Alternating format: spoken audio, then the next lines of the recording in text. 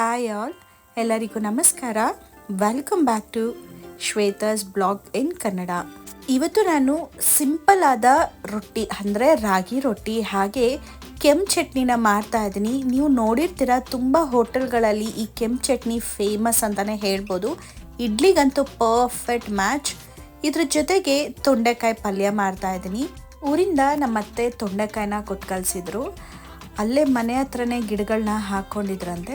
ಸ್ವಲ್ಪ ಬೆಳೆದಿತ್ತು ಅಂತ ಹೇಳಿಬಿಟ್ಟು ಈ ರೀತಿಯಾಗಿ ಕೊಟ್ಟು ಕಳಿಸಿದ್ರು. ತೊಂಡೆಕಾಯಿ ಪಲ್ಯ ರೊಟ್ಟಿನ ಮಾಡೋಣ ಅಂತ ಹೇಳಿ, ಇನ್ನು ಸಾಂಬಾರು ಕೂಡ ಖಾಲಿಯಾಗಿರೋದ್ರಿಂದ ಸಾಂಬಾರು ಮಾಡೋದೇನು, ಇನ್ನು ರೊಟ್ಟಿ ಮಾಡೋಣ ಅಂತ ಹಾಗೆ ಫ್ರಿಜ್ನೆಲ್ಲ ಸ್ವಲ್ಪ ಕ್ಲೀನ್ ಮಾಡಿಕೊಂಡೆ.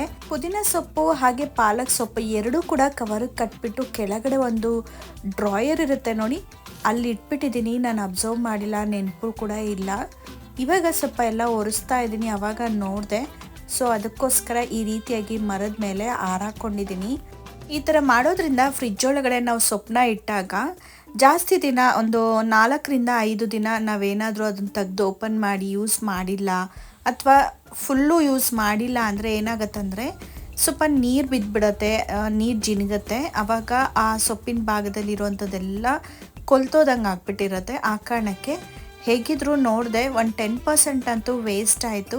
ಹಾಗೆ ಅದನ್ನೆಲ್ಲ ಮರದಲ್ಲಿ ಆರಾಕಿ ಸ್ವಲ್ಪ ಹೊತ್ತಾದಮೇಲೆ ಎಲ್ಲ ಜೋಡಿಸಿದ್ದು ಕೂಡ ಆಯಿತು, ಅಂದರೆ ಸೋಸ್ಕೊಂಡು ಎತ್ತಿಟ್ಟಿದ್ದು ಆಯಿತು. ಹಾಗೆ ನಾಳೆ ಬ್ರೇಕ್ಫಾಸ್ಟ್ ಪಾಲಕ್ ರೈಸ್ ಮಾಡಿಬಿಟ್ರೆ ಪಾಲಕ್ ಕೂಡ ಖಾಲಿ ಆಗುತ್ತೆ. ಇನ್ನು ಬ್ಯಾಡಗಿ ಮೆಣಸಿನ್ಕಾಯಿ ಖಾಲಿಯಾಗಿತ್ತು. ಇಲ್ಲೇ ನಮ್ಮ ಪಕ್ಕದ ರೋಡಲ್ಲೇ ಒಂದು ಚಿಕ್ಕ ಅಂಗಡಿ ಇದೆ, ಅಲ್ಲಿ ಬ್ಯಾಡಗಿ ಮೆಣಸಿನ್ಕಾಯಿನ ತರಿಸ್ಕೊಂಡು, ಹಾಗೆ ಈರುಳ್ಳಿನೂ ಕೂಡ ಖಾಲಿಯಾಗಿತ್ತು. ಎರಡೂ ಕೂಡ ಅದರ ಜಾಗಕ್ಕೆ ಎತ್ತಿಟ್ಬಿಟ್ಟು ಇನ್ನು ಎಕ್ಸ್ಟ್ರಾಸ್ ಏನಿರುತ್ತೆ ಅದನ್ನು ಒಂದು ಬಾಕ್ಸಿಗೆ ಎತ್ತಿಟ್ಕೊಂಡ್ಬಿಟ್ರೆ ಅಲ್ಲಲ್ಲೇ ಬಿದ್ದೊದ್ದಾಡಲ್ಲ ಅಂತ ಹೇಳಿಬಿಟ್ಟು ಆವಾಗಲೇ ಜೋಡಿಸ್ಕೊತಾ ಇದ್ದೀನಿ. ಇನ್ನು ಪಾತ್ರೆನೂ ಕೂಡ ಇತ್ತು, ಪಾತ್ರೆ ತೊಳೆಯೋಣ ಅಂತ ಅಂದ್ಕೊಂಡೆ. ಪಾತ್ರೆ ತೊಳೆಯೋಕ್ಕೆ ಹೋದರೆ ಈ ಕಡೆ ಅಡುಗೆ ಕೂಡ ಲೇಟ್ ಆಗಿಬಿಡತ್ತೆ. ಅಡುಗೆ ಮಾಡಿದ ನಂತರ ಪಾತ್ರೆನ ತೊಳ್ಕೊಳ್ಳೋಣ ಅಂತ ನನ್ನ ಹಸ್ಬೆಂಡ್ ಯಾವಾಗಲೂ ಹೇಳ್ತಾ ಇರ್ತಾರೆ, ಪಾತ್ರೆನ ಬಿಟ್ಕೋಬೇಡ, ಪಾತ್ರೆ ಮುಗಿಸ್ಬಿಟ್ಟು ಆಮೇಲೆ ನೀನು ಅಡುಗೆ ಮಾಡು, ಟೈಮ್ ಎಷ್ಟಿರುತ್ತೆ ಅದ್ರ ತಕ್ಕಂತೆ ನೋಡ್ಕೊಂಡು ಮಾಡು ಅಂತ. ಆದರೆ ನನಗೆ ಪಲ್ಯ ತುಂಬ ಇಷ್ಟ ಆಗುತ್ತೆ ರೊಟ್ಟಿ ಚಪಾತಿಗೆ. ನನ್ನ ಹಸ್ಬೆಂಡ್ಗೆ ಚಟ್ನಿ ಅಂದರೆ ತುಂಬ ಇಷ್ಟ. ಆ ಕಾರಣಕ್ಕೆ ಎರಡನ್ನೂ ಕೂಡ ಮಾಡಿಬಿಡೋಣ ಅಂತ ಹೇಳಿಬಿಟ್ಟು ಈ ಕಡೆ ರೊಟ್ಟಿ ಪಲ್ಯ ಚಟ್ನಿ ಎಲ್ಲದೂ ಕೂಡ ಮಾಡ್ತಾಯಿದ್ದೀನಿ. ಹಾಗೆ ಪಲ್ಯಕ್ಕೆ ಜೊತೆಗೆ ಚಟ್ನಿಗೆ ಏನೆಲ್ಲ ಬೇಕು ನೋಡಿ ಅದೆಲ್ಲದೂ ಕೂಡ ರೆಡಿ ಮಾಡಿ, ಹಾಗೆ ಸೌತೆಕಾಯಿನೂ ಕೂಡ ಸೈಡ್ ಡಿಶ್ ಆಗಿ ತಿನ್ನೋಣ ಅಂತ ಸೌತೆಕಾಯಿನೂ ಕೂಡ ಸಿಪ್ಪೆ ತೆಗೆದು ಇಟ್ಕೊಂಡಿದ್ದೀನಿ. ಹಾಗೆ ಒಂದು ಬಾಣಲಿಗೆ ನೀರು ಉಪ್ಪು ಸ್ವಲ್ಪ ರಾಗಿ ಹಿಟ್ಟನ್ನ ಹಾಕಿಬಿಟ್ಟು ಅದನ್ನು ಕೂಡ ಕಾಯೋದಕ್ಕೆ ಇಟ್ಕೊಂಡಿದ್ದೀನಿ. ನನ್ನ ವಿಡಿಯೋಸ್ಗೆ ಕಮೆಂಟ್ ಬರ್ತಾಯಿತ್ತು ರೊಟ್ಟಿ ಬಗ್ಗೆ. ರೊಟ್ಟಿನ ತಟ್ಟಬೇಕು, ಆದರೆ ನಮಗೆ ಕರೆಕ್ಟಾಗಿ ತಟ್ಟಕ್ಕೆ ಬರಲ್ಲ ಅಥವಾ ಆ ಹದ ಸಿಗ್ತಾ ಇಲ್ಲ. ಕರೆಕ್ಟಾಗಿ ನೋಡಿ ಮಾಡಿದ್ರೂ ಕೂಡ ರೊಟ್ಟಿ ಅಷ್ಟು ನೀಟಾಗಿ ಬರ್ತಾ ಇಲ್ಲ, ಅಂಟ್ಕೋತಾ ಇದೆ, ಕಿತ್ಕೋತಾ ಇದೆ ಅಂತ. ಅದಕ್ಕೆ ಬೇರೆ ಏನಾದರೂ ಸಲ್ಯೂಷನ್ ಇದೆಯಾ ಅಂತ. ಖಂಡಿತವಾಗ್ಲೂ ಇದೆ. ಇವತ್ತು ನಾನು ರೊಟ್ಟಿನ ಚಪಾತಿ ಥರ ಅರೆದು ಹಾಗೆ ಚಪಾತಿಯಷ್ಟೇ ತೆಳುವಾಗಿ ಯಾವ ರೀತಿಯಾಗಿ ಮಾಡೋದಂತ ತಿಳಿಸ್ಕೊಡ್ತೀನಿ, ಓಕೆನಾ. ಹಾಗೆಯೇ ಇಲ್ಲಿ ನಾನು ಕಡಲೆ ಬೀಜನ ಹುರ್ಕೋತಾ ಇದ್ದೀನಿ. ಈ ಕಡಲೆ ಬೀಜ ಹುರ್ಕೊತಾ ಇರೋದು ಪಲ್ಯಕ್ಕೋಸ್ಕರ. ತುಂಬ ಅಂದರೆ ತುಂಬ ಚೆನ್ನಾಗಿರುತ್ತೆ. ನಾನಿಲ್ಲಿ ಕಡಲೆ ಬೀಜನ 1 ಇಡಿ ಆಗೋಷ್ಟು ಹಾಕ್ಕೊಂಡಿದ್ದೀನಿ, ಆದರೆ ನಾನು ಪಲ್ಯಕ್ಕೆ ಒಂದು 3/4 ಇಡಿ ಆಗೋಷ್ಟು ಹಾಕ್ಕೋತೀನಿ. ಇನ್ನು ನಾನು ಕಡಲೆ ಬೀಜ ಈ ರೀತಿ ಹುರಿಬೇಕಾದ್ರೆ ಸ್ವಲ್ಪ ಜಾಸ್ತಿನೇ ಹುರ್ಕೋತೀನಿ, ಯಾಕಂದರೆ ನನ್ನ ಮಗಳಾಗಿರಲಿ, ನಾನಾಗಿರಲಿ, ನನ್ನ ಹಸ್ಬೆಂಡ್ ಆಗಿರಲಿ ಕಡಲೆ ಬೀಜ ಹುರಿದಿರೋದೇನಾದರೂ ಇತ್ತು ಅಂತ ಹೇಳಿದ್ರೆ ಅದನ್ನು ತಿಂತಾ ಇರ್ತೀವಿ. ಆ ಕಾರಣಕ್ಕೆ ಕಡಲೆ ಬೀಜನ ಹುರಿಬೇಕಾದ್ರೆ ಒಂದು ಸ್ವಲ್ಪ ಜಾಸ್ತಿನೇ ಹುರ್ಕೋತೀನಿ. ಹಾಗೆ ಇಲ್ಲಿ ರೊಟ್ಟಿಗೂ ಕೂಡ ಗಂಜಿ ರೀತಿಯಲ್ಲಿ ಮಾಡ್ಕೋತಾ ಇದ್ದೀನಿ. ಈ ರೀತಿಯಾಗಿ ಸ್ಟೆಪ್ಸ್ನ ಫಾಲೋ ಮಾಡಿ ಖಂಡಿತವಾಗ್ಲೂ ನೀವು ರೊಟ್ಟಿನ ಚೆನ್ನಾಗಿ ಮಾಡ್ಬೋದು. ನಾನಿಲ್ಲಿ ನೀರು ಉಪ್ಪು ಸ್ವಲ್ಪ ಹಿಟ್ಟನ್ನ ಹಾಕಿ ಚೆನ್ನಾಗಿ ಕುದಿಸಿದ ನಂತರ 4 ಸ್ಪೂನ್ ಆಗೋಷ್ಟು ಹಿಟ್ಟನ್ನ ಹಾಕ್ಕೊಂಡಿದ್ದೀನಿ. ಹಾಗೆ ನಾನಿಲ್ಲಿ ಸ್ಟವ್ನ ಆಫ್ ಮಾಡೇ ಇಲ್ಲ. ಸ್ಟವ್ನ ಆಫ್ ಮಾಡಬೇಡಿ. ಯಾರೆಲ್ಲ ರೊಟ್ಟಿ ತಟ್ಟೋದಕ್ಕೆ ಬರಲ್ಲ ನೋಡಿ, ಅವರು ಈ ರೀತಿಯಾಗಿ ಮಾಡ್ಕೊಳ್ಳಿ, ತುಂಬ ಟೇಸ್ಟಿಯಾಗಿ ಬರುತ್ತೆ, ಓಕೆನಾ. ಒಂದು ಸತಿ ಈ ರೀತಿ ಬಿಸಿ ನೀರು ಏನಿರುತ್ತಲ್ವ ಅದಕ್ಕೆ ಇಟ್ಟು ಚೆನ್ನಾಗಿ ಕಲಸಿದ ನಂತರ ನಾವು ಸ್ಟವ್ನ ಆಫ್ ಮಾಡ್ಕೋಬೇಕಾಗತ್ತೆ. ಈ ರೀತಿಯಾಗಿ ಸ್ಟವ್ನ ಆಫ್ ಮಾಡಿದ ನಂತರ ಒಂದು ತಟ್ಟೆ ಅಥವಾ ಒಂದು ಮಣೆನ ಈ ರೀತಿಯಾಗಿ ಮುಚ್ಚಿಬಿಡಿ. ಒಂದು 5-10 ನಿಮಿಷ ಆಗಲಿ. ಹಾಗೆ ನಾವು ಕೂಡ ಅದನ್ನು ಮಿದ್ದೋದಕ್ಕೆ ಆಗೋದಿಲ್ಲ, ತುಂಬ ಸುಡ್ತಾ ಇರುತ್ತೆ ನೋಡಿ. ಹಾಗೆ ತಟ್ಟೆ ಮುಚ್ಚೋದ್ರಿಂದ ಹಿಟ್ಟೆಲ್ಲ ಚೆನ್ನಾಗಿ ಹರಡ್ಕೊಳ್ಳುತ್ತೆ ಅಂತ ಹೇಳಿ. ಹಾಗೆ ಈ ಕಡೆನೂ ಕೂಡ ಕಡಲೆ ಬೀಜನ ಚೆನ್ನಾಗಿ ಹುರಿದು ರೆಡಿ ಮಾಡಿ ಇಟ್ಕೋತಾ ಇದ್ದೀನಿ. ಇನ್ನು ತೊಂಡೆಕಾಯಿನೂ ಕೂಡ ರೆಡಿ ಮಾಡಿ ಇಟ್ಕೊಂಡಿದ್ದೀನಿ. ಅಂದರೆ ಒಂದು 2 ಸತಿ ತೊಳೆದ್ಬಿಟ್ಟು ಹಾಗೆ ನೀರೊಳಗಡೆ ಹಾಕಿ ಇಟ್ಟಿದ್ದೀನಿ ಅಷ್ಟೇ. ಇನ್ನು ಕಡಲೆ ಬೀಜನೂ ಕೂಡ ಹುರಿದಿದ್ದಾಗಿದೆ. ಇವಾಗ ಇದನ್ನು ಸೈಡಿಗೆ ಎತ್ತಿಟ್ಕೊಂಡ್ಬಿಡೋಣ. ಹಾಗೆ ಇವಾಗ ನಾನು ಅದೇ ಬಾಣಲಿನ ತಗೊಂಡು ಮತ್ತೆ ಇದಕ್ಕೆ ಎಣ್ಣೆನ ಹಾಕೋತಾ ಇದ್ದೀನಿ. 2 ಸ್ಪೂನ್ ಎಣ್ಣೆನ ಹಾಕ್ಕೊಂಡಿದ್ದೀನಿ. ಹಾಗೆಯೇ ಇದಕ್ಕೆ ನಾನು ಚಟ್ನಿ ಮಾಡೋದಕ್ಕೆ ಏನೆಲ್ಲ ಬೇಕು ಒಗ್ಗರಣೆನ ಹಾಕೋತಾ ಇದ್ದೀನಿ. ಅಂದರೆ ಎಲ್ಲ ಇಂಗ್ರೀಡಿಯೆಂಟ್ಸ್ನ ಫ್ರೈ ಮಾಡ್ಕೋತಾ ಇದ್ದೀನಿ. ನಾನು ಮಾಡ್ತಾ ಇರೋದು ಕೆಂಪು ಚಟ್ನಿ, ಟೊಮ್ಯಾಟೊ ಚಟ್ನಿ ಅಲ್ಲ, ಕನ್ಫ್ಯೂಷನ್ ಆಗಬೇಡಿ. ಹಾಗೆ ಈ ಒಂದು ಬಾಣಲಿಗೆ ಎಣ್ಣೆ ಹಾಕಿದ ನಂತರ ಕಾದಿದ ನಂತರ ಒಂದು 2 ಸ್ಪೂನ್ ಆಗೋಷ್ಟು ಕಡಲೆ ಬೀಜ, 1 ಸ್ಪೂನ್ ಆಗೋಷ್ಟು ಉದ್ದಿನಬೇಳೆ, ಹಾಗೆ 1 ಸ್ಪೂನ್ ಆಗೋಷ್ಟು ಕಡಲೆಬೇಳೆ, ಅರ್ಧ ಸ್ಪೂನ್ ಆಗೋಷ್ಟು ಜೀರಿಗೆ ಇಷ್ಟು ಕೂಡ ಹಾಕ್ಕೊಂಡು ಚೆನ್ನಾಗಿ ಫ್ರೈ ಮಾಡ್ಕೋಬೇಕು. ಒಂಥರ ಬ್ರೌನಿಷ್ ಕಲರ್ ಬರೋವರೆಗೂ ಕೂಡ ಫ್ರೈ ಮಾಡ್ಕೋಬೇಕು. ಕ್ರಿಸ್ಪಿಯಾಗಿ ಫ್ರೈ ಮಾಡ್ಕೋಬೇಕು. ಈ ರೀತಿ ಫ್ರೈ ಮಾಡ್ಕೊಳ್ಳೋದ್ರಿಂದ ಚಟ್ನಿ ತುಂಬ ಟೇಸ್ಟಿಯಾಗಿ ಬರುತ್ತೆ. ಒಂದ್ಸತಿ ನೀವು ಟ್ರೈ ಮಾಡಿ ನೋಡಿ. ಖಂಡಿತವಾಗ್ಲೂ ಈ ಚಟ್ನಿ ಅಂತೂ ರೊಟ್ಟಿಗಂತೂ ಅದ್ಭುತವಾಗಿ ಮ್ಯಾಚ್ ಆಗುತ್ತೆ, ಹಾಗೆ ಚಪಾತಿಗೂ ಕೂಡ. ಇನ್ನು ಇಡ್ಲಿಗಂತೂ ಕೇಳೋಕ್ಕೆ ಹೋಗಬೇಡಿ, ಇಡ್ಲಿಗಂತೂ ಪರ್ಫೆಕ್ಟ್ ಮ್ಯಾಚ್ ಅಂತಲೇ ಹೇಳ್ಬೋದು. ಈಗ ನಾನು ಖಾರಕ್ಕೆ ತಕ್ಕಂತೆ 2 ಖಾರದ ಮೆಣಸಿನ್ಕಾಯಿ, ಹಾಗೆ 5 ಬ್ಯಾಡಗಿ ಮೆಣಸಿನ್ಕಾಯಿ, ಇನ್ನು 3 ಹಸಿಮೆಣಸಿನ್ಕಾಯಿನ ಹಾಕ್ಕೊಂಡಿದ್ದೀನಿ. ಹಾಗೆಯೇ 1 ಕಡ್ಡಿ ಆಗೋಷ್ಟು ಕರಿಬೇವಿನ ಸೊಪ್ಪು. ನಿಮಗೆ ಬೇಕಂದರೆ ಬರೀ ಒಣಮೆಣಸಿನ್ಕಾಯಿನ 5 ಹಾಕ್ಕೊಳ್ಳಿ. ನಾನಿಲ್ಲಿ 2 ಡಿವೈಡ್ ಮಾಡಿ ಹಾಕ್ಕೊಂಡಿದ್ದೀನಿ. ಹಾಗೆ ಒಂದು 6 ಇಳ್ಕಷ್ಟು ಬೆಳ್ಳುಳ್ಳಿನ ಹಾಕ್ಕೊಂಡಿದ್ದೀನಿ. ತುಂಬ ಚಿಕ್ಕ ಇಳುಕಾಗಿರೋದ್ರಿಂದ 5 ಹಾಕ್ಕೊಂಡಿದ್ದೀನಿ. ಏನಾದರೂ ದಪ್ಪ 1 ಇಳುಕಾಗಿದ್ದರೆ ನೀವು 1 ಅಥವಾ 2 ಹಾಕಿದ್ರೆ ಸಾಕಾಗತ್ತೆ. ಇನ್ನು ಬೆಳ್ಳುಳ್ಳಿನ ತಿನ್ನೋದಿಲ್ಲ, ಹಾಗೆಯೇ ಬೆಳ್ಳುಳ್ಳಿ ಹಾಕಿದ್ರೆ ಚಟ್ನಿ ಇಷ್ಟ ಆಗಲ್ಲ ಅನ್ನೋರು ನೀವು ಬೇಕಿದ್ರೆ ಬೆಳ್ಳುಳ್ಳಿನ ಸ್ಕಿಪ್ ಮಾಡ್ಕೋಬಹುದು. ಬೆಳ್ಳುಳ್ಳಿ ಹಾಕದೇ ಇದ್ರೂ ಕೂಡ ತುಂಬಾ ಟೇಸ್ಟಿಯಾಗಿ ಬರುತ್ತೆ. ಆದರೆ ಬೆಳ್ಳುಳ್ಳಿ ಫ್ಲೇವರ್ ಒಂದು ಇರೋದಿಲ್ಲ ಅಷ್ಟೇ. ಇವಾಗ ನಾನು ಎಲ್ಲದೂ ಕೂಡ ಚೆನ್ನಾಗಿ ಫ್ರೈ ಮಾಡ್ಕೋತಾ ಇದ್ದೀನಿ. ಹಾಗೆ ಹಾಕಿರುವಂಥ ಒಣಮೆಣಸಿನ್ಕಾಯಿ ಸ್ವಲ್ಪ ಕ್ರಿಸ್ಪಿ ಆಗಬೇಕು. ಅಲ್ಲಿವರೆಗೂ ಕೂಡ ಫ್ರೈ ಮಾಡಿದ ನಂತರ ಸ್ಟವ್ನ ಆಫ್ ಮಾಡ್ಕೋತಾ ಇದ್ದೀನಿ. ಈಗ ಈ ಹುರ್ಕೊಂಡಿರೋಂಥ ಪದಾರ್ಥ ತಣ್ಣಗಾಗಬೇಕು. ಅಷ್ಟರೊಳಗೆ ನಾವು ಪಲ್ಯಕ್ಕೆ ಒಂದು ಗ್ರೇವಿನ ರುಬ್ಕೋಬೇಕಾಗತ್ತೆ. ಇದನ್ನು ಕೂಡ ರೆಡಿ ಮಾಡಿ ಇಟ್ಕೊಂಡ್ಬಿಡೋಣ. ಒಂದು ಮಿಕ್ಸಿ ಜಾರ್ಗೆ ಹುರಿದಿಟ್ಕೊಂಡಿರುವಂಥ ಕಡಲೆ ಬೀಜನ ಹಾಕ್ಕೊಳ್ಬೇಕು. ನಾನಿಲ್ಲಿ 3/4 ಹಿಡಿಯಾಗೋಷ್ಟು ಕಡಲೆ ಬೀಜನ ತಗೊಂಡಿದ್ದೀನಿ. ಓಕೆನಾ? ನಿಮಗೆ ಕಡಲೆ ಬೀಜ ಫ್ಲೇವರ್ ಜಾಸ್ತಿ ಬೇಕಂದರೆ ಜಾಸ್ತಿನೂ ಕೂಡ ಹಾಕ್ಕೋಬೋದು. 1 ಇಂಚ್ ಆಗೋಷ್ಟು ಚಕ್ಕೆ, ಒಂದೇ ಒಂದು ಏಲಕ್ಕಿನ ಹಾಕೋತಾ ಇದ್ದೀನಿ. ಹಾಗೆಯೇ ಒಂದು 2 ಲವಂಗನ ಹಾಕೋತಾ ಇದ್ದೀನಿ. ಲವಂಗ ಏಲಕ್ಕಿ ಒಂದು ಬೆಸ್ಟ್ ಫ್ಲೇವರ್ ಕೊಡುತ್ತೆ. ಹಾಗೆ ಅರ್ಧ ಸ್ಪೂನ್ ಮೆಣಸು, ಅರ್ಧ ಸ್ಪೂನ್ ಜೀರಿಗೆ, ಅರ್ಧ ಸ್ಪೂನ್ ಆಗೋಷ್ಟು ಸೋಂಪು, ಹಾಗೆ ಅರ್ಧ ಸ್ಪೂನ್ ಗಸಗಸೆ, ಅರ್ಧ ಸ್ಪೂನ್ ಎಳ್ಳು. ನಿಮಗೆ ಬಿಳೆ ಎಳ್ಳು ಇಷ್ಟ ಅಂದರೆ ಬಿಳೆ ಎಳ್ಳೆ ಹಾಕ್ಕೊಳ್ಳಿ. ನಾನು ಬೆಳೆದಿರುವಂಥ ಎಳ್ಳನ್ನ ಹಾಕೋತಾ ಇದ್ದೀನಿ. ಜೊತೆಗೆ 2 ಸ್ಪೂನ್ ಆಗೋಷ್ಟು ತೆಂಗಿನ ತುರಿ. ಇದು ಕಂಪ್ಲೀಟಾಗಿ ಆಪ್ಷನಲ್, ನನಗೆ ಇಷ್ಟ. ಹಾಗೆ ತೆಂಗಿನಕಾಯಿನ ಹಾಕೋದ್ರಿಂದ ಒಂದೊಳ್ಳೆ ರುಚಿ ಸಿಗುತ್ತೆ. ಹಾಗೆಯೇ ಎಲ್ಲಾದರೂ ಉಪ್ಪು ಖಾರ ಜಾಸ್ತಿ ಆಯಿತು ಅಂದರೆ ಒಂದು ಹಳ್ಳಷ್ಟು ಜಾಸ್ತಿ ಆಯ್ತು ಅಂದರೂ ಕೂಡ ಈ ಕಾಯಿ ಹಾಕೋದ್ರಿಂದ ಮೇಂಟೈನ್ ಆಗುತ್ತೆ. ಜೊತೆಗೆ ಆ ಫ್ಲೇವರ್ ಚೆನ್ನಾಗಿರುತ್ತೆ ಅಂತ. ಇನ್ನು ಇಲ್ಲಿ ಟೊಮ್ಯಾಟೊನೂ ಕೂಡ ಹಾಕೋತಾ ಇದ್ದೀನಿ. ನಿಮಗೆ ಬೇಕಂದರೆ ಟೊಮ್ಯಾಟೊ ಪ್ಯೂರಿನ ಸಪ್ರೇಟಾಗಿ ರುಬ್ಕೋಬೋದು. ನಾನಿಲ್ಲಿ ಹವೆವರ್ 2 ಕೂಡ ರುಬ್ಬೋದೇ ಅಲ್ವಾ ಅಂತ ಹೇಳಿ ಸಪ್ರೇಟ್ ಪ್ಯೂರಿನ ಮಾಡ್ಕೊಂಡಿಲ್ಲ. ಇದಕ್ಕೇ ಒಂದು ಟೊಮ್ಯಾಟೊನ ಹಾಕ್ಕೊಂಡು ಇಟ್ಕೊಂಡಿದ್ದೀನಿ. ನಿಮ್ಮ ಹತ್ರ ಆಲ್ರೆಡಿ ಪ್ಯೂರಿ ರೆಡಿ ಇತ್ತು ಅಂದರೆ ಟೊಮೆಟೊನ ಸ್ಕಿಪ್ ಮಾಡಿ ಮಿಕ್ಕಿದ ಎಲ್ಲ ಇಂಗ್ರೀಡಿಯೆಂಟ್ಸ್ನ ಹಾಕ್ಕೊಂಡು ರುಬ್ಕೋಬೇಕು. ಈಗ ಇಲ್ಲಿ ಮಿಕ್ಸಿ ಜಾರಲ್ಲಿ ಆಲ್ರೆಡಿ ಮಸಾಲ ಇರೋದ್ರಿಂದ ಇವಾಗ ನಾನು ಹುರಿದಿಟ್ಕೊಂಡಿದ್ದೀನಿ ನೋಡಿ, ಆ ಇಂಗ್ರೀಡಿಯೆಂಟ್ಸ್ ಅಂದರೆ ಕಡಲೆ ಬೀಜ, ಕಡಲೆಕಾಳು, ಉದ್ದಿನಬೇಳೆ ಇದೆಲ್ಲದನ್ನು ಕೂಡ ಒಂದು ತಟ್ಟೆಗೆ ಎತ್ತಿಟ್ಕೊಂಡು ಬಿಡ್ತೀನಿ. ಹಾಗೆಯೇ ಇದೇ ಬಾಣಲಿಯಲ್ಲಿ ಪಲ್ಯ ಮಾಡೋದಕ್ಕೂ ಕೂಡ ರೆಡಿ ಮಾಡಿ ಇಟ್ಕೊಂಡ್ಬಿಡ್ತೀನಿ. ಈ ರೀತಿ ಮಾಡೋದ್ರಿಂದ ಟೈಮು ಕೂಡ ಸೇವ್ ಆಗುತ್ತೆ. ಇನ್ನು ನಾನು ಹೀಗೆ ವಿಡಿಯೋ ಮಾಡ್ತಾ ಎಲ್ಲದನ್ನು ಕೂಡ ಶೂಟ್ ಮಾಡಲ್ಲ ಅಲ್ವಾ. ಈಗ ಫ್ರೈ ಮಾಡೋದಕ್ಕೆ ಒಂದು 3 ನಿಮಿಷ ಬೇಕು. ಆದರೆ ನಾವು ನಿಮಗೆ ವಿಡಿಯೋದಲ್ಲಿ ತೋರಿಸೋದು ಒಂದು ಅರ್ಧ ನಿಮಿಷ ಅಥವಾ 1/4 ನಿಮಿಷ. ಹೀಗಾಗಿ ನಾನು ಶೂಟ್ ಮಾಡಿದ್ದಾದಮೇಲೆ ಹಾಗೆ ಚಿಕ್ಕ ಪುಟ್ಟ ಪಾತ್ರೆಗಳ್ನು ಕೂಡ ತೊಳ್ಕೊತಾ ಇರ್ತೀನಿ. ಇಲ್ಲಾಂದರೆ ಕೆಲಸ ಮುಗಿಯೋದೇ ಇಲ್ಲ. ಇನ್ನು ಆಫೀಸಿಂದ ಬಂದಮೇಲೆ ಸುಸ್ತು ಬೇರೆ ಆಗಿರುತ್ತೆ ನೋಡಿ, ಆ ಕಾರಣಕ್ಕೆ. ಇನ್ನು ಈಗ ಅದೇ ಬಾಣಲಿನ ಇಟ್ಕೊಂಡು ಅದಕ್ಕೆ 3 ಸ್ಪೂನ್ ಆಗೋಷ್ಟು ಎಣ್ಣೆನ ಹಾಕ್ಕೊಂಡಿದ್ದೀನಿ. ಈ ಎಣ್ಣೆ ಕಾಯೋಷ್ಟರೊಳಗೆ ಈ ಕಡೆ ತೊಂಡೆಕಾಯಿನೂ ಕೂಡ ಫಟಾಫಟ್ ಅಂತ ಹೆಚ್ಕೊಂಡು ಬಿಡೋಣ. ಯೂಶ್ವಲಾಗಿ ತೊಂಡೆಕಾಯಿನ ಮಧ್ಯದಲ್ಲಿ ಒಂದು ಸೀಲ್ ಮಾಡಿಬಿಟ್ಟು ಹಾಗೇನೂ ಕೂಡ ಬೇಯಿಸ್ತಾರೆ. ಅದಾದಮೇಲೆ ಅದರ ಪಲ್ಯನ ಮಾಡ್ತಾರೆ. ನಾನಿಲ್ಲಿ ಒಂದು ತೊಂಡೆಕಾಯಿನ ಈ ರೀತಿಯಾಗಿ 4 ಭಾಗನ ಮಾಡ್ಕೋತಾ ಇದ್ದೀನಿ. ಅಥವಾ ನಿಮಗೆ ಉದ್ದುದವಾಗಿ ಅಲ್ಲಲ್ಲೇ ಸಿಗಬೇಕು ಅಂದರೆ 2 ಭಾಗನೂ ಮಾಡ್ಕೋಬೋದು. ಅಥವಾ ಬರೀ ಮಧ್ಯಕ್ಕೆ ಒಂದೇ ಒಂದು ಅರ್ಧ ಭಾಗದಷ್ಟು ಮಾತ್ರ ಕಟ್ ಮಾಡಿ ಹೋಲ್ ತೊಂಡೆಕಾಯಿನೂ ಕೂಡ ಹಾಕ್ಕೋಬೋದು. ನೋಡಿ ಎಷ್ಟು ಫ್ರೆಶ್ ಅನಿಸ್ತಿದೆ ಗೊತ್ತಾ.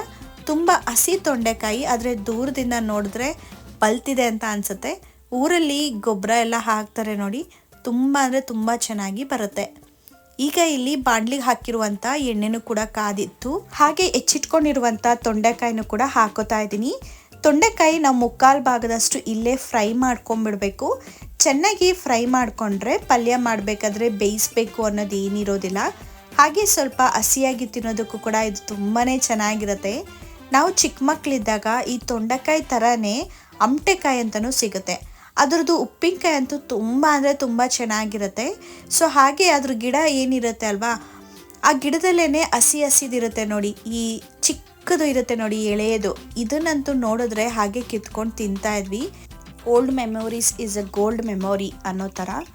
ಹಾಗೆ ಇಲ್ಲಿ ನಾನು ಮಸಾಲಾನ ರುಬ್ಬಿಟ್ಕೊಂಡಿದ್ದೆ ನೋಡಿ, ಅದನ್ನು ಕೂಡ ಒಂದು ಬೌಲ್ಗೆ ಹಾಕ್ಕೊಂಡು ಮಿಕ್ಸಿ ಜಾರ್ನ ತೊಳೆದಿಟ್ಕೊಂಡ್ರೆ ಇನ್ನು ಚಟ್ನಿನೂ ಕೂಡ ರುಬ್ಬಿಟ್ಕೊಂಡ್ಬಿಡೋಣ ಅಂತ ಹೇಳಿಬಿಟ್ಟು ಈಗ ಮಿಕ್ಸಿ ಜಾರಲ್ಲಿರುವಂಥ ಮಸಾಲಾನ ಎತ್ತಿಟ್ಕೊಂಡು ಅದಕ್ಕೆ ಸ್ವಲ್ಪ ನೀರನ್ನ ಹಾಕ್ಕೊಂಡು ಎತ್ತಿಟ್ಕೊಂಡಿದ್ದೀನಿ. ಈಗ ನಾನು ಇದೇ ಮಿಕ್ಸಿ ಜಾರಿಗೆ ಚಟ್ನಿ ಮಾಡೋದಕ್ಕೂ ಕೂಡ ರೆಡಿ ಮಾಡ್ಕೊತಾ ಇದ್ದೀನಿ. 1 ಇಂಚ್ ಆಗೋಷ್ಟು ಹುಣಸೆಹಣ್ಣ ಹಾಕ್ಕೊಂಡು ಅರ್ಧ ಹಿಡಿಯಾಗೋಷ್ಟು ಕೊತ್ತಂಬರಿ ಸೊಪ್ಪನ್ನ ಹಾಕ್ಕೊಳ್ಳಿ. ತುಂಬಾ ಫ್ಲೇವರ್ ಕೊಡುತ್ತೆ. ಇನ್ನು ಹುರಿದಿಟ್ಕೊಂಡಿರುವಂಥ ಎಲ್ಲ ಇಂಗ್ರೀಡಿಯೆಂಟ್ಸ್ನೂ ಕೂಡ ಹಾಕ್ಕೊಳ್ಳಿ.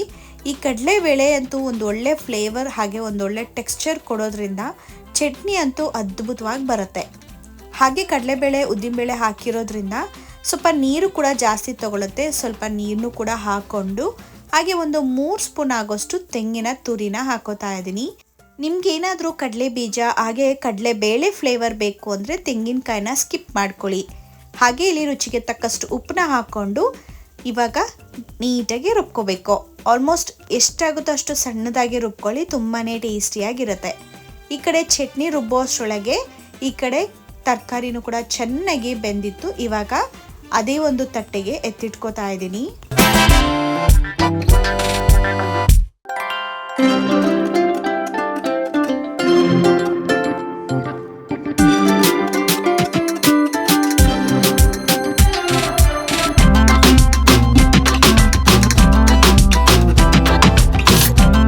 ಈಗ ಪಲ್ಯ ಮಾಡುವಂಥ ಸಮಯ.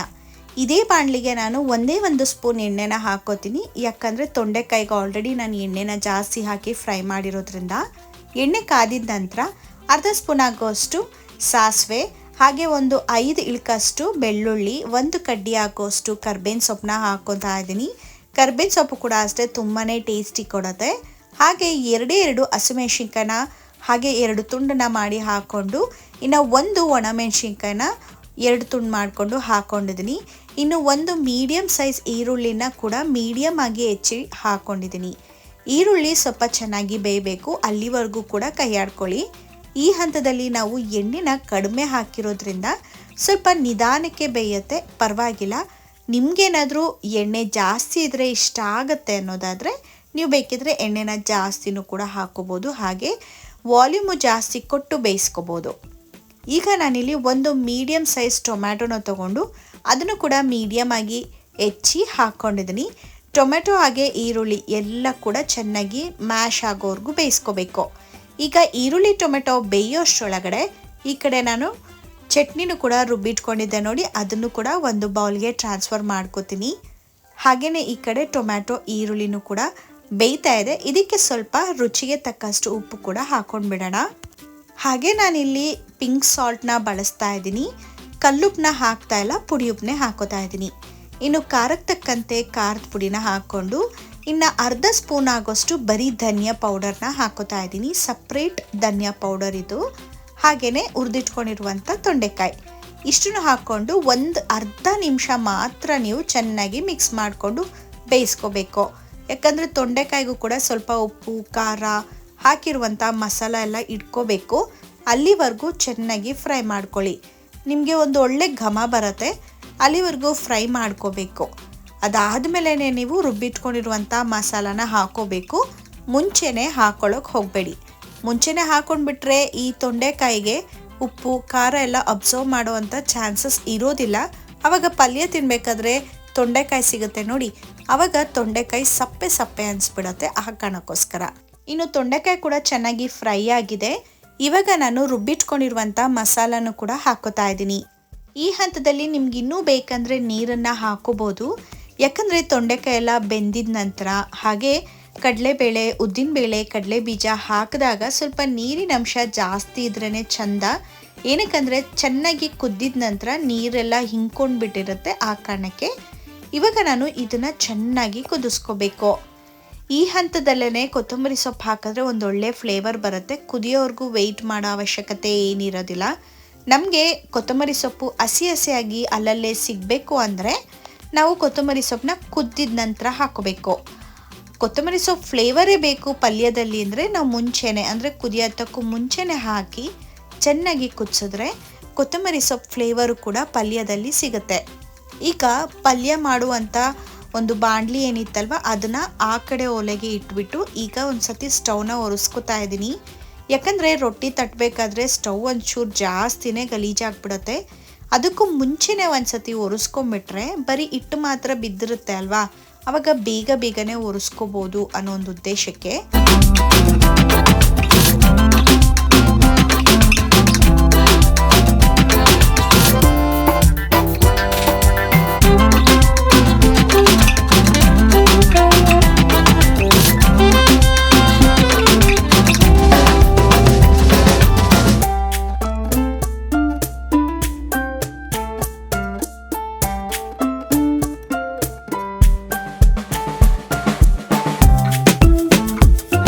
ಇನ್ನೂ ಇಲ್ಲಿ ನಾನು ರೊಟ್ಟಿನೂ ಕೂಡ ಚೆನ್ನಾಗಿ ನಾದಿ ಬಾಣಲಿಯಲ್ಲೇ ಇಟ್ಕೊಂಡಿದ್ದೀನಿ.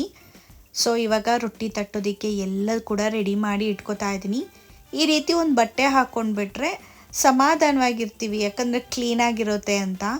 ಇಲ್ಲ ಅಂದರೆ ಗಲೀಜಾಗತ್ತೆ ಅನ್ನೋ ಒಂದು ಯೋಚನೆಲೇ ಇರುತ್ತೆ. ಅಫ್ಕೋರ್ಸ್ ರೊಟ್ಟಿ ಮಾಡಬೇಕಾದ್ರೆ ಅಕ್ಕಪಕ್ಕ ಎಲ್ಲ ಇಟ್ಟು ಸಿಡಿಯುತ್ತೆ. ಅಟ್ಲೀಸ್ಟ್ ನಾವು ಮನೆ ಕೆಳಗಡೆ ಒಂದು ಬಟ್ಟೆ ಹಾಕ್ಕೊಂಡ್ರೆ ಒಂದು ಸ್ವಲ್ಪ ನೆಮ್ಮದಿ ಅಂತಲೇ ಹೇಳ್ಬೋದು. ಇನ್ನು ಚಟ್ನಿನೂ ಕೂಡ ರೆಡಿ ಆಯಿತು. ಇನ್ನು ಪಲ್ಯನೂ ಕೂಡ ಕುದೀತಾ ಇದೆ. ಸೊ ಇವಾಗ ರೊಟ್ಟಿ ಹಾಕ್ಬಿಟ್ರೆ ಬಿಸಿ ರೊಟ್ಟಿ ಜೊತೆಗೆ ಬಿಸಿಯಾದ ಪಲ್ಯದ ಜೊತೆಗೆ ತುಂಬ ಟೇಸ್ಟಿಯಾದಂಥ ಚಟ್ನಿ ರೆಡಿ ಆಗುತ್ತೆ. ಇವಾಗ 100% ಚಟ್ನಿ ಅಂತೂ ರೆಡಿ ಆಗಿದೆ. ಇನ್ನು ಪಲ್ಯ ಮಾತ್ರ ರೆಡಿ ಆಗಬೇಕು. ಇವಾಗ ನಾನು ರೊಟ್ಟಿ ಹಂಚನ್ನು ಕೂಡ ಇಟ್ಕೋಬೇಕು.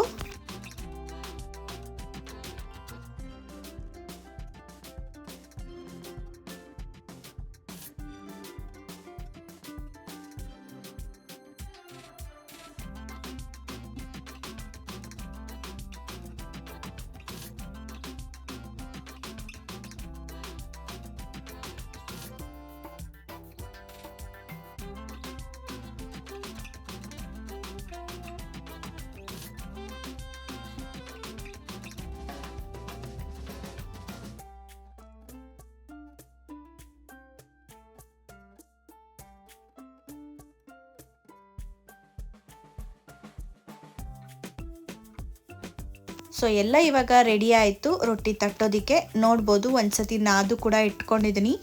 ಬನ್ನಿ ಇವಾಗ ನಾನು ಕಮೆಂಟಲ್ಲಿ ಕೇಳಿದ್ರಿ ಅಲ್ವಾ, ಯಾವ ರೀತಿಯಾಗಿ ರೊಟ್ಟಿನ ತೆಳುವಾಗಿ ಹಾಗೆ ತಟ್ಟದೆ ಚಪಾತಿ ಥರ ಅರಿಯೋದು ಹೇಗೆ ಅಂತ ತಿಳಿಸ್ಕೊಡ್ತೀನಿ. ಯಾರೆಲ್ಲರಿಗೂ ರೊಟ್ಟಿ ತಟ್ಟೋದಕ್ಕೆ ಬರೋದಿಲ್ಲ ಅವರು ಈ ರೀತಿ ಮಾಡ್ಕೊಳ್ಳಿ. ಸೇಮ್ ನಾವು ಚಪಾತಿ ಹಿಟ್ಟನ್ನ ಕಲಿಸ್ಕೋತೀವಿ ನೋಡಿ, ಅದೇ ಒಂದು ಹದದಲ್ಲಿರಲಿ. ಬೇಕಾದ್ರೆ ಅದಕ್ಕೂ ಸ್ವಲ್ಪ ತೆಳು ಇದ್ರೂ ಪರವಾಗಿಲ್ಲ, ಗಟ್ಟಿ ಅಂತೂ ಮಾಡ್ಕೋಬೇಡಿ. ಇವಾಗ ನಾನು ಹಿಟ್ಟನ್ನ ಕೆಳಗಡೆ ಹಾಕ್ಕೊಂಡು ಹಾಗೆ ಒಂದು ಸ್ವಲ್ಪ ತಟ್ತಾ ಇದ್ದೀನಿ. ಹಾಗೆ ಇಲ್ಲಿ ರತ್ತೊಂಡಿಗೆ ಸ್ವಲ್ಪ ಹಿಟ್ಟನ್ನ ಸರುಕೊಂಡು ನಂತರ ಈ ರೀತಿಯಾಗಿ ಹರ್ಕೋತಾ ಇದ್ದೀನಿ. ತುಂಬ ತೆಳುವಾಗಿ ಹರ್ಕೋಬಹುದು. ಇಲ್ಲಿ ನಾನು ಒಂದು 4ರಿಂದ 5 ರೊಟ್ಟಿನ ಅರ್ದು ಹಾಗೆ ಬೇಯಿಸೋದನ್ನ ತೋರಿಸ್ತೀನಿ.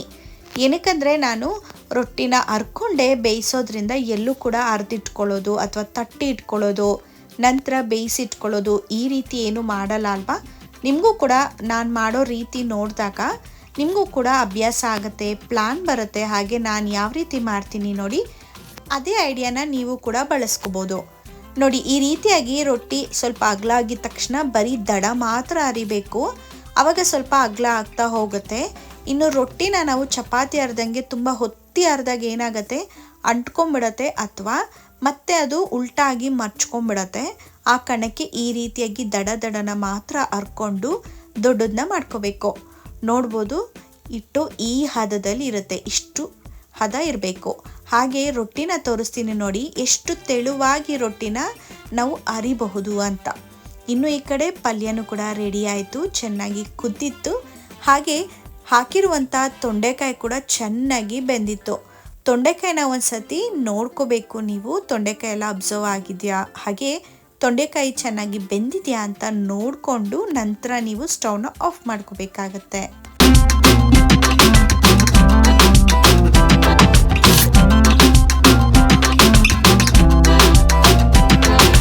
ಪಲ್ಯನೂ ಕೂಡ ರೆಡಿ ಆಯಿತು, ಸ್ಟವ್ನ ಆಫ್ ಮಾಡಿದ್ದೀನಿ. ಹಾಗೆ ಈಗ ರೊಟ್ಟಿನ ಮಾಡ್ಕೊಳ್ಳೋಣ ಬನ್ನಿ. ನೋಡ್ಬೋದು ರೊಟ್ಟಿನೂ ಕೂಡ ತವ ಮೇಲೆ ಹಾಕ್ಕೊಂಡು ಮೇಲೆ ರೊಟ್ಟಿ ಸರ್ವೋದಕ್ಕೆ ನಾನು ಯೂಶ್ವಲಿ ಕೈನ ಬಳಸ್ತಾ ಇದ್ದೆ. ನನಗೆ ಅದನ್ನು ಕೂಡ ಕಮೆಂಟ್ ಬಾಕ್ಸಲ್ಲಿ ತಿಳಿಸಿದ್ರಿ, ಬಟ್ಟೆಲಿ ಯಾವ ರೀತಿಯಾಗಿ ಸರ್ವೋದು ಅಂತ ಹೇಳಿ. ಅದೇನು ದೊಡ್ಡ ಕಷ್ಟ ಏನಿಲ್ಲ, ಯಾವುದಾದ್ರೂ ಒಂದು ಅಡುಗೆ ಮನೆಗೆ ಅಂತಲೇ ಇಟ್ಕೊಂಡಿರೋವಂಥ ಬಟ್ಟೆನ ಬಳಸ್ಕೊಳ್ಳಿ. ನಾನಿಲ್ಲಿ ಒಂದು ಕರ್ಚೀಫ್, ವೈಟ್ ಕರ್ಚೀಫ್ನ ಅಡುಗೆ ಮನೆಗೆ ಅಂತಲೇ ಬಳಸ್ಕೊತೀನಿ. ಸೊ ಇವಾಗ ಅದನ್ನು ಬಳಸ್ಕೊತಾ ಇದ್ದೀನಿ. ಒಂದು ಚಿಕ್ಕ ಬೌಲಿಗೆ ನೀರನ್ನ ತೆಗೆದು ಇಟ್ಕೊಳ್ಳಿ, ಹಾಗೆ ಆ ಬಟ್ಟೆನೂ ಕೂಡ ನೀರೊಳಗಡೆ ಹಾಕಿ ಇಟ್ಕೊಳ್ಳಿ, ಓಕೆನಾ. ಹಾಗೆ ಇಲ್ಲಿ ಅಂಚಿನ ಮೇಲಿರುವಂಥ ಚಪಾತಿ ಬೇಯೋಷ್ಟರೊಳಗೆ ಇನ್ನೊಂದು ರೊಟ್ಟಿಗೆ ಉಂಡೆನೆಲ್ಲ ಮಾಡಿಕೊಂಡು ಹರ್ಕೋತಾ ಇದ್ದೀನಿ.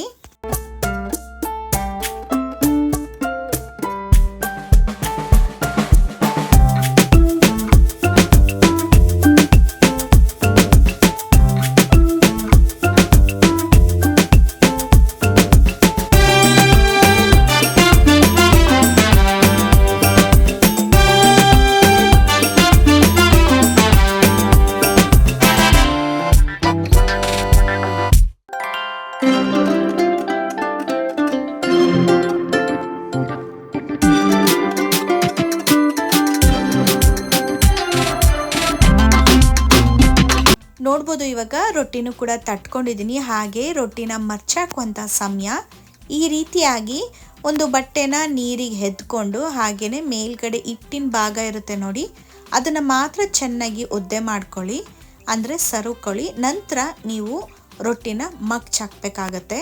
ಡೈರೆಕ್ಟಾಗಿ ನೀವು ಮಗ್ಚಾಕಿದ್ರೆ ಬೇಯುತ್ತೆ, ಆದರೆ ಎಲ್ಲ ಕಡೆ ಹಿಟ್ಟಿನ ಥರ ಈ ಬೆಳ್ಳಗಿರುತ್ತೆ, ತಿನ್ನೋದಕ್ಕೂ ಇಷ್ಟ ಆಗಲ್ಲ, ತಿನ್ನಬೇಕು ಅಂತಲೂ ಅನಿಸಲ್ಲ, ಹಂಗಾಗೋಗ್ಬಿಡುತ್ತೆ. ಸೊ ನೀವು ರೊಟ್ಟಿನ ತಟ್ಟಬೇಕಾದ್ರೆ ಒಂದು ಭಾಗದಲ್ಲಿ ಮಾತ್ರ ತಟ್ಟಬೇಕು, ಅಂದರೆ ಕೆಳಗಿನ ಭಾಗ ಕೆಳಗೆ ಇರುತ್ತೆ, ಮೇಲಿನ ಭಾಗ ಮೇಲೇ ಇರುತ್ತೆ. ನಾವು ಚಪಾತಿನ ಮರ್ಚ್ ಹಾಕ್ಬಿಟ್ಟು ಹಾಗೆ ಅರಿತೀವಿ ನೋಡಿ, ಆ ರೀತಿ ನಾವು ಮಾಡಬಾರ್ದು. ಒಂದು ಕಡೆ ಹಿಟ್ಟನ್ನ ಹಾಕಿದ್ರೆ ಇನ್ನೊಂದು ಕಡೆ ಹಿಟ್ಟನ್ನ ಹಾಕೋಕ್ಕೆ ಹೋಗಬಾರ್ದು, ಓಕೆನಾ. ಸೊ ಇದೊಂದು ಮೇನ್. ಆದರೆ ನೆಕ್ಸ್ಟು ರೊಟ್ಟಿನ ಬೇಯಿಸೋವಾಗ ನಾವು ಅಂಚಿನ ಮೇಲೆ ಹಾಕುವಾಗ ಮೇಲಿನ ಭಾಗ, ಅಂದರೆ ನಾವು ಅರ್ದಿರೋ ಭಾಗ ಅಥವಾ ತಟ್ಟಿರೋ ಭಾಗನ ನಾವು ಕೆಳಗಡೆ ಮಾಡಿ ಹಾಕಬೇಕು. ಆವಾಗ ಹಿಟ್ಟು ಇರುತ್ತೆ ನೋಡಿ, ಹಿಟ್ಟು ತಾಗಿರುತ್ತೆ ಅಲ್ವಾ, ಆ ಭಾಗ ಮೇಲೆ ಬರುತ್ತೆ. ನಂತರ ನಾವು ಮರ್ಚಾಕುವಂಥ ಟೈಮ್ ಬರುತ್ತೆ ನೋಡಿ, ಆವಾಗ ನಾವು ಬಟ್ಟೆಲಿ ಅಥವಾ ಕೈಯಲ್ಲಿ ಸರು ಬಿಟ್ಟು ಮರ್ಚಾಕಬೇಕು. ನೋಡ್ಬೋದು ಆಲ್ರೆಡಿ ಒಂದು ರೊಟ್ಟಿ ಬೇಯೋಷ್ಟರೊಳಗೆ ಇನ್ನೊಂದು ರೊಟ್ಟಿ ತಟ್ಟಿ ಕೂಡ ರೆಡಿ ಮಾಡಿ ಇಟ್ಕೋಬಹುದು. ಊರಲ್ಲೆಲ್ಲ ಹೇಗಂದರೆ ಈ ಒಲೆಯಲ್ಲಿ ಅಡುಗೆ ಮಾಡೋದ್ರಿಂದ ನಾವು ಸೌದೆಗಳನ್ನೆಲ್ಲ ಹಚ್ಚಿ ಇಟ್ಟಿರ್ತೀವಿ ನೋಡಿ, ಸೌದೆನೂ ದುಕ್ಕೊಂಡು ಹಾಗೆ ಒಲೆ ಆರ್ದಂಗೆ ನೋಡಿಕೊಂಡು ರೊಟ್ಟಿನ ಬೇಯಿಸ್ತಾರೆ. ನಮ್ಮ ಅತ್ತೆ ಅಂತೂ ಎಕ್ಸ್ಪರ್ಟ್ ಅದರಲ್ಲಿ. ಇನ್ನು ಇಲ್ಲಿ ನಾನು ವಿಡಿಯೋನ ಸ್ವಲ್ಪ ಸ್ಪೀಡ್ ಮಾಡಿದ್ದೀನಿ, ಯಾಕಂದರೆ ವಿಡಿಯೋ ಇಲ್ಲಾಂದರೆ ತುಂಬ ಲೆಂದಿ ಆಗೋಗ್ಬಿಡುತ್ತೆ. ಹಾಗೆ ಒಂದು ಅಥವಾ ಎರಡು ರೊಟ್ಟಿನ ತೋರಿಸಿದ್ರೆ ಮತ್ತೆ ನೀವೇ ಕಮೆಂಟ್ ಹಾಕ್ತೀರಾ, ಬರೀ 2 ರೊಟ್ಟಿ ಮಾಡಿದ್ದು ನೀವು, ಆದರೆ ನೀವು ತುಂಬ ಮಾಡಿದೆ ಅಂತ ಹೇಳ್ತೀರಾ ಅಂತ. ನಮ್ಮನೇಲಿ ಇವಾಗ 4 ಜನ ಇರೋದ್ರಿಂದ ನನ್ನ ಹಸ್ಬೆಂಡ್ಗೆ, ನನ್ನ ಹಸ್ಬೆಂಡ್ ತಮ್ಮನಿಗೆ ಅಟ್ಲೀಸ್ಟ್ 2 ಅಥವಾ 2.5 ಬೇಕಾಗತ್ತೆ, ಯಾಕಂದರೆ ತುಂಬ ತೆಳುವಾಗಿ ಮಾಡಿರೋದು ರೊಟ್ಟಿ. ಹಾಗೆ ನನಗೆ 1.5 ಬೇಕು. ಇನ್ನು ನನ್ನ ಮಗಳು ಕೂಡ 1 ರೊಟ್ಟಿನ ತಿಂತಾಳೆ. ಸೇಮ್ ಚಪಾತಿ ಅಷ್ಟೇ ತೆಳು ಇರುತ್ತೆ, ಹಾಗೆ ಊದ್ಕೊಳ್ಳುತ್ತೆ. ನಾನು ಕೊನೆಯದಾಗಿ ತೋರಿಸ್ತೀನಿ. ಹಾಗೆಯೇ ನಾನು ನನ್ನ ಹಸ್ಬೆಂಡ್ ತಮ್ಮನಿಗೆ, ನನ್ನ ಮಗಳಿಗೆ, ನನ್ನ ಹಸ್ಬೆಂಡ್ಗೆ 3 ಜನಕ್ಕೂ ಕೂಡ ಊಟನ ಸರ್ವ್ ಮಾಡ್ತಾ ಇದ್ದೀನಿ. ಅಂದರೆ ರೊಟ್ಟಿನ ತಟ್ಟಿ ಅವ್ರಿಗೂ ಕೂಡ ಕೊಡ್ತಾ ಇದ್ದೀನಿ. ಸೊ ಅವರು ಕೂಡ ಬಿಸಿ ಬಿಸಿದು ತಿನ್ನಲಿ ಅಂತ ಹೇಳಿ. ಇನ್ನು ರೊಟ್ಟಿ ಅಂತೂ ಸಖತ್ತಾಗಿ ಊದ್ಕೋತಾ ಇತ್ತು.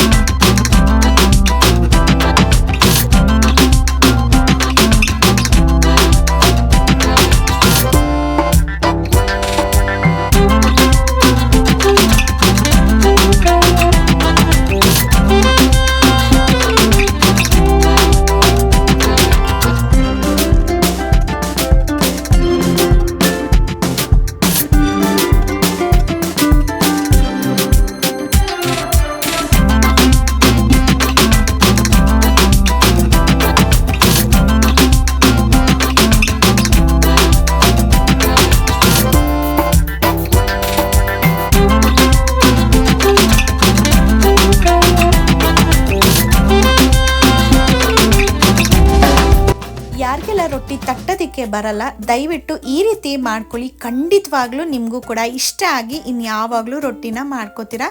ಇನ್ನು ನಿಮಗೆ ರೊಟ್ಟಿ ಮಾಡೋದಕ್ಕೆ ಈಸಿ ಅಂತ ಅನಿಸುತ್ತೆ. ಇನ್ನು ಇಲ್ಲಿ ನಾನು ಎಲ್ಲ ರೊಟ್ಟಿನ ತಟ್ಟಿ ನಾನು ಕೂಡ ಊಟನ ಮಾಡೋದಕ್ಕೆ ಬಳಸ್ಕೊತಾ ಇದ್ದೀನಿ. ಸೊ ರೊಟ್ಟಿ ಅಂತೂ ತುಂಬ ಟೇಸ್ಟಿಯಾಗಿತ್ತು. ನನಗಂತೂ ತುಂಬ ಅಂದರೆ ತುಂಬ ಇಷ್ಟ ಆಯಿತು. ನಿಮಗೂ ಕೂಡ ಇಷ್ಟ ಆಗುತ್ತೆ. ಒಂದ್ಸತಿ ಮನೇಲಿ ಈ ರೀತಿಯಾಗಿ ರೊಟ್ಟಿನ ಮಾಡ್ಕೊಳ್ಳಿ. ತುಂಬ ಟೇಸ್ಟಿಯಾಗಿರುತ್ತೆ, ಹಾಗೆ ತುಂಬ ತೆಳುವಾಗಿರೋದ್ರಿಂದ ಮನೇಲಿ ಯಾರೆಲ್ಲ ರೊಟ್ಟಿ ಬೇಡ ಅಂತಾರೆ ನೋಡಿ, ಅವರೆಲ್ಲರೂ ಕೂಡ ರೊಟ್ಟಿ ಬೇಕು ಅಂತ ಹೇಳ್ತಾರೆ. ಓಕೆನಾ. ಇನ್ನು ಇಲ್ಲಿ ರೊಟ್ಟಿನ ಒಂದನ್ನ ಕಿತ್ಬಿಟ್ಟು ಈ ರೀತಿ ತೋರಿಸ್ತಿದ್ದೀನಿ ನೋಡಿ. ಈ ರೀತಿಯಾಗಿ 2 ಭಾಗವಾಗಿರುತ್ತೆ. ತುಂಬ ಅಂದರೆ ತುಂಬ ಟೇಸ್ಟಿಯಾಗೂ ಇರುತ್ತೆ. ಇನ್ನು 2 ಭಾಗ ಈ ರೀತಿ ಮಾಡ್ಕೊಂಡ್ರಂತೂ ಚಪಾತಿಗಿಂತ ತೆಳುವಾಗಿರುವಂಥ ಲೇಯರ್ ಸಿಗುತ್ತೆ ನೋಡಿ. ಅವಾಗಂತೂ ತಿನ್ನೋದಕ್ಕೆ ತುಂಬಾ ಇಷ್ಟ ಆಗುತ್ತೆ. ಈ ರೀತಿಯಾಗಿ ನೀವು ರೊಟ್ಟಿನ ಮಾಡ್ಕೊಳ್ಳಿ. ತುಂಬ ಇಷ್ಟಪಟ್ಟು ಮಕ್ಕಳು ಕೂಡ ತಿಂತಾರೆ. ಇನ್ನು ಈ ರೊಟ್ಟಿನ ನಾವು ಬೇಯಿಸ್ಬಿಟ್ಟು ನಂತರ ಒಂದು ಲಿಡ್ನ ಕ್ಲೋಸ್ ಮಾಡಿ ಬಿಸಿ ಬಿಸಿಯಾಗಿ ಇಟ್ಕೊಂಡ್ರೆ ರೊಟ್ಟಿ ಕೂಡ ಗಟ್ಟಿ ಅಥವಾ ಹಾಡಾಗೋದಿಲ್ಲ, ಸಾಫ್ಟ್ ಆಗಿರುತ್ತೆ, ದೋಸೆ ಥರ. ಇವತ್ತಿನ ವಿಡಿಯೋದಲ್ಲಿ ನಿಮಗೆ ತೋರಿಸಿರುವಂಥ ತೊಂಡೆಕಾಯಿ ಪಲ್ಯ ಹಾಗೆಯೇ ಕೆಂಪು ಚಟ್ನಿ ಜೊತೆಗೆ ರಾಗಿ ರೊಟ್ಟಿ ಸಿಂಪಲ್ ಆಗಿ ಯಾವ ರೀತಿಯಾಗಿ ಮಾಡೋದಂತ ತೋರಿಸ್ಕೊಟ್ಟಿದ್ದೀನಿ. ಈ ವಿಡಿಯೋ ಇಷ್ಟ ಆಯ್ತಂದರೆ ಪ್ಲೀಸ್ ಒಂದು ಲೈಕ್ನ ಕೊಡಿ. ಇನ್ನು ನನ್ನ ಯೂಟ್ಯೂಬ್ ಚಾನಲ್ಗೆ ಸಬ್ಸ್ಕ್ರೈಬ್ ಆಗದೆ ನೋಡ್ತಾ ಇದ್ರಂದರೆ ಸಬ್ಸ್ಕ್ರೈಬ್ ಆಗಿ. ನೆಕ್ಸ್ಟ್ ವಿಡಿಯೋದಲ್ಲಿ ಡಿಫ್ರೆಂಟ್ ಆದ ರೆಸಿಪಿ ಜೊತೆಗೆ ಸಿಗ್ತೀನಿ. ಅಲ್ಲಿವರೆಗೂ ಟೇಕ್ ಕೇರ್, ಬಾಯ್.